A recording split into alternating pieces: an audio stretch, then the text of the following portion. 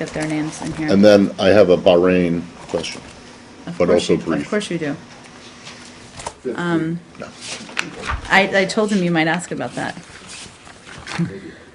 Two American professors of journalism, Joe Bergantino and Randy Covington, were detained for several hours in St. Petersburg today and brought before a judge to answer questions about potential violations of their visas. Both were released with warnings and have returned to their hotel. The two are in Russia for a week-long series of U.S. Embassy-sponsored media training workshops, which were scheduled to end tomorrow.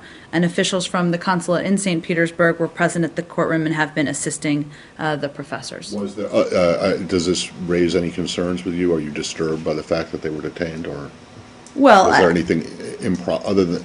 I mean, well, is it problematic?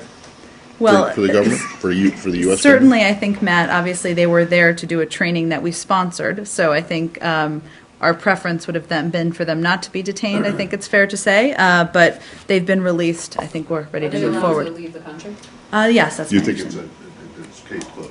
No, we're ready to move and then, forward. Okay, and then in Bahrain, there are two activists now, human rights activists, including this woman who today ripped up a picture of the king in court. Yep. Zainab, do you have anything to say about her or the other guy, Yes, we've seen reports of Ms. Khawaja's arrest and detention.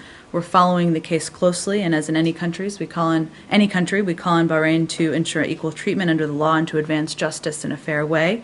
We again urge the government of Bahrain to take steps to build confidence across Bahraini society and to create an environment conducive to dialogue. I think, are we referring to Nabeel Rajib? So we understand that his trial it will begin on October 19th, so on Sunday.